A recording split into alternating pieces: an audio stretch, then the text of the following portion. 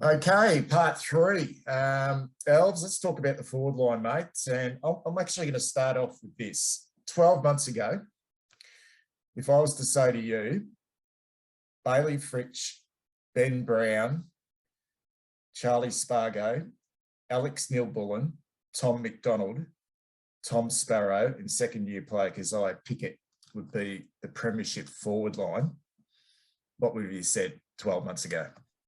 Yeah, you would have got some good odds about that.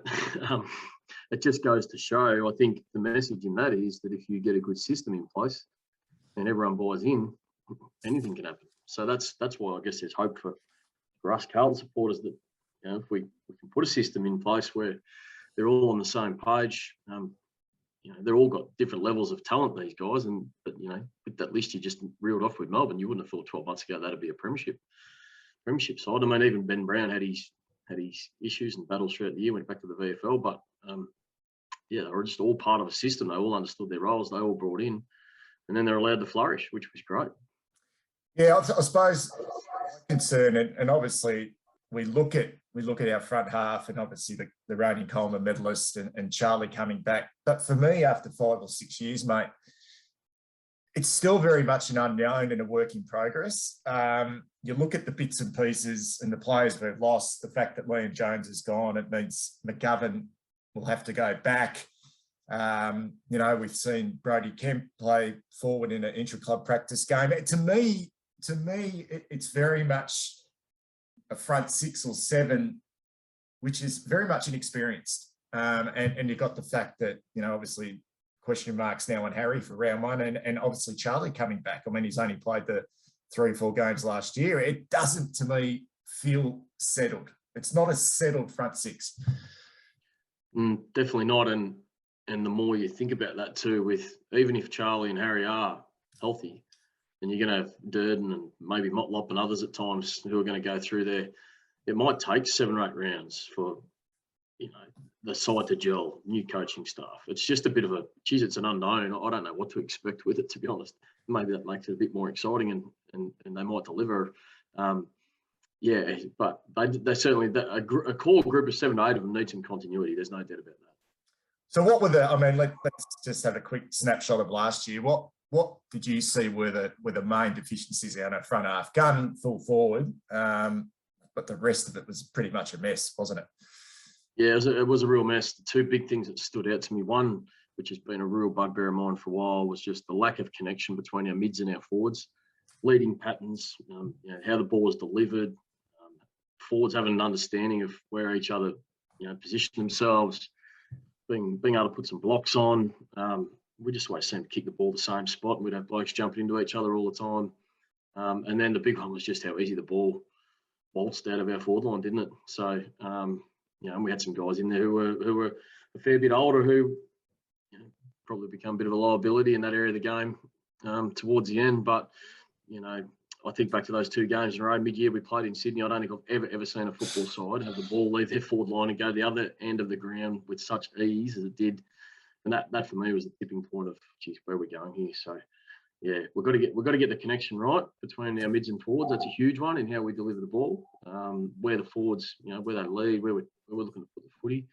And then I just want to see energy and, you know, manic pressure inside 50, create some goals from chaos. I guess if we can see those 2, we'll improve by 4 or 5 goals straight away. So you're very much sounding like Elves. Obviously, there's a balance between effort and commitment and desire and all those non-negotiables that we talk about in football. But you sound very much like this is going to be system based. This is much about tactics and the way we set up than just, you know, bombing the ball inside 4 and 50 and think, you know, the talent's going to get the job done. So let's talk a little bit about Ash Hansen, senior assistant, but now forward line and offensive coach, takes over from Cam Bruce. To me, that on paper looks like a positive, because Ash Hansen loves the tactical side of the game, loves it. Yeah, which is great, isn't it? And it's probably, that's gone under the radar a little bit. You know, bringing Ash Hansen in there sort of late in the piece was a huge get. And I know, for speaking to a few guys in the Dogs, just how highly they rate him. And he has been in a very good system there, you know, albeit under Bevo, who likes to do things a little different at times. So I don't mind that.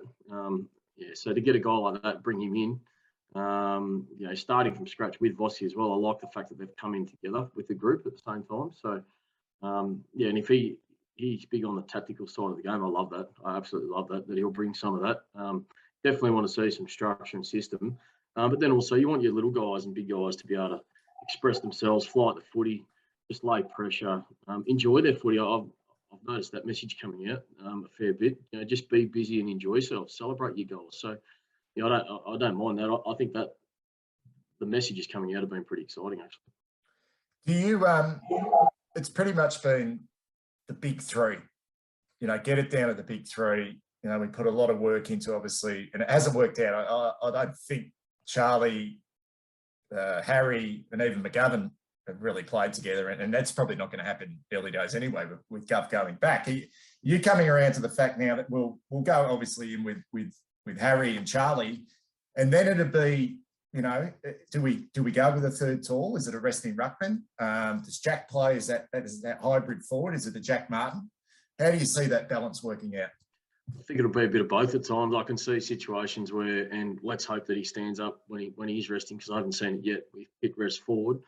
Yeah, and Jack will certainly at times be the third forward, and then depending on how Gov goes down back, you know, I like the fact that, well, during a game, that hopefully this coaching staff are prepared to make some moves and try and go and win the game during the third quarter if the game's in the balance, and flick McGovern forward. And, you know, Silvani might go back for a little bit.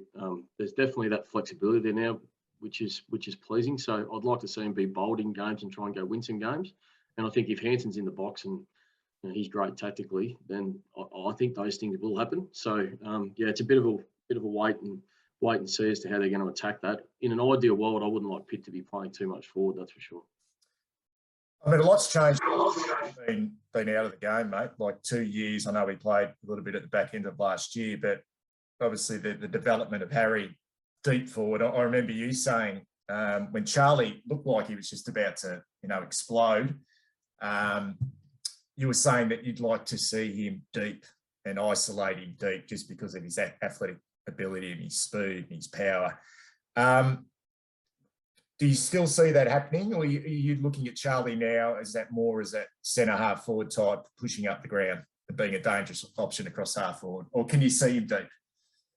Yeah, I can see him a bit of both. You forget when he was out of the game for 2 years that, yeah, he was great deep those games, especially the Dogs game and round one against Richmond 1 year when he played deep, he just took them apart. But then he come back in those games late last year and he got the ball about 60, 70 metres out a couple of times. He just speared the ball beautifully inside 50. And I'd forgotten how good of a kick he was, and even decision maker. So when we're a side that lacks class and lacks that last kick going inside 50, which has just cost us so many goals and probably games of footy the last few years, I thought, God, geez, it would be a waste if we just played him deep all the time. So if his body's good and looks like he's going really well, if you have the ball in Charlie Curnow's in 60 or 70 from goal, yeah, that's almost good night Irene for the defenders, because he's just a beautiful kick. So, yeah, he's a class act, and let's hope that he gets a good run at it.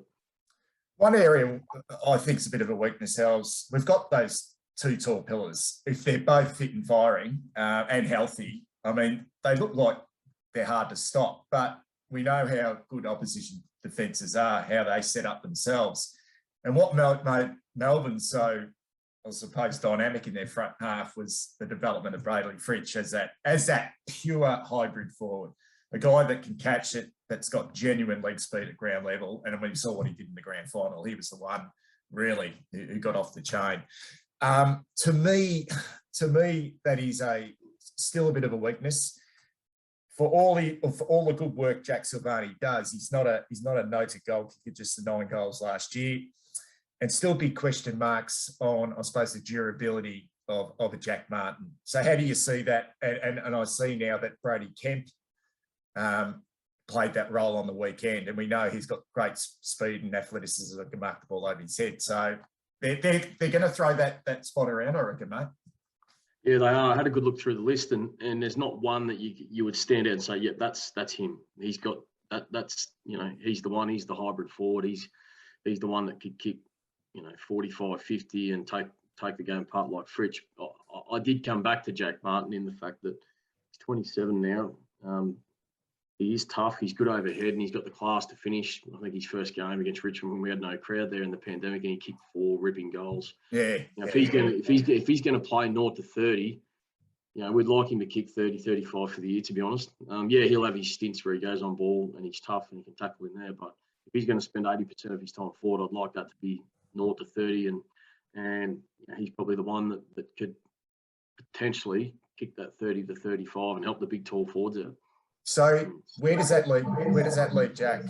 To me, I don't know if you can play Charlie, Harry, Jack Martin, and Jack Silvani in the front half. Maybe you can. Where's the leg speed? So that means, how does that all fit in? Do you think you can play those 4 in the front half?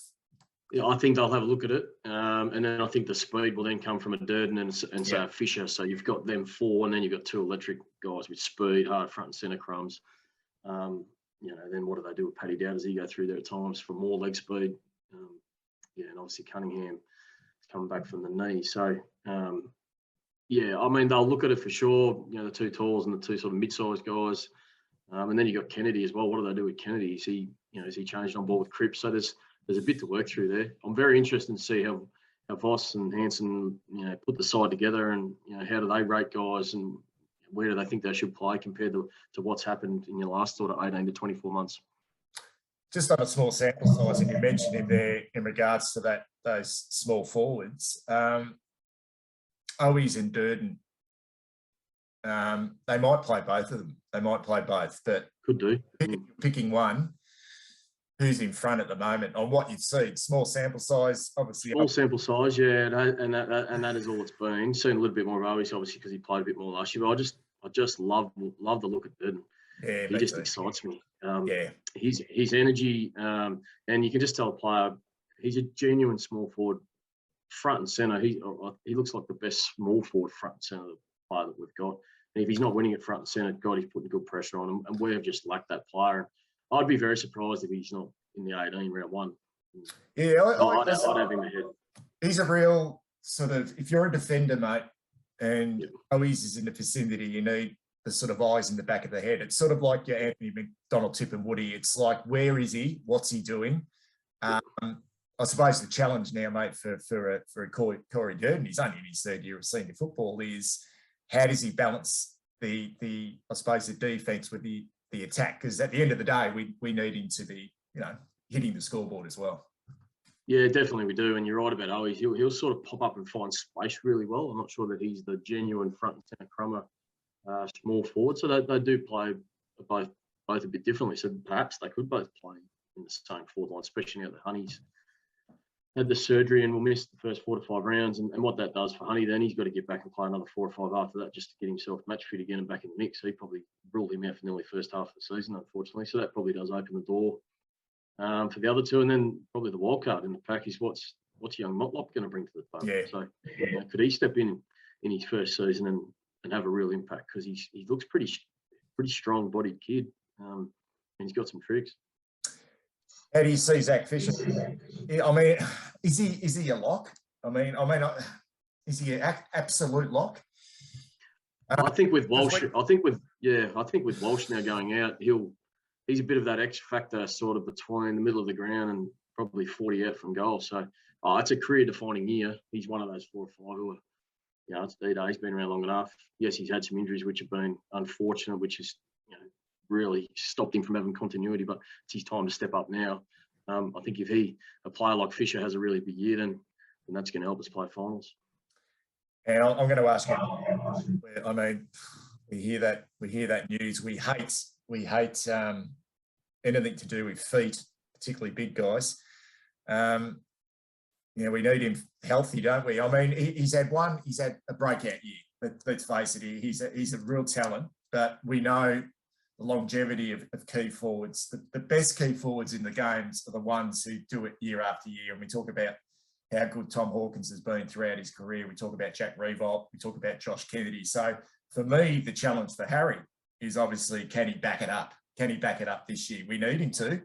And I suppose it's trying to find that balance of kicking a bag for Harry or just being a real contributor on the day where he maybe only kicks 1 or 2, but still a very damaging player in the other stuff he does around the ground or in the front half. Yeah, definitely. I mean, you see, sometimes Tom Hawkins will kick 2 goals, but he's in their best players because he does things in the front half which you don't expect from big blokes. Yeah, 100%. And the big thing with Tom Hawkins, the other thing he probably doesn't get the credit for is his ball use to set up goals. Like he's got his goal assists and his ruck work inside 50. I mean, he's just a special player. So that's the big challenge for Harry, is to back it up. And it's probably really annoying that he hasn't been on the track really at all the last 3 weeks. So yeah, it's a bit concerning that anytime you hear feet and that turf toe and things like that, it certainly is a worry. The one thing I will say, out of a pretty dismal year last year, what impressed me with Harry was his resilience. Yeah, you weren't sure, but he had a bad corky one day, but he pushed on, and he's battling that shoulder at times, and he had no Charlie, and he was 3 or 4 blokes jumping up against him. So I love the fact that he worked through some injury issues, really stood up late in games for us, and when in a system really that was non-existent. So I give him a fair bit of credit for how he pushed himself through some pretty tough situations like that. Let's finish off, mate, with what you want to see, that considering all players are up and ready to go for round 1. How do you see that front 6 looking? I was probably looking on the ground and on the bench. Yeah, so I was probably my 2 genuine small forwards who were going to give us speed and a bit of bite were Durden and Fisher. 2 talls, obviously Harry and Charlie, and then I had Jack Martin and Sauce. So sort of 2 smalls, 2 mid-size, and sort of our 2 keys. So that was probably the 6, and then probably a couple of others I had in the mix to go through there with Dow and Kennedy. So that's probably your 6 to 8 at this stage. But yeah, certainly very interested to see what we do with our rucks. Do we play both? Has TDK not done enough to play early?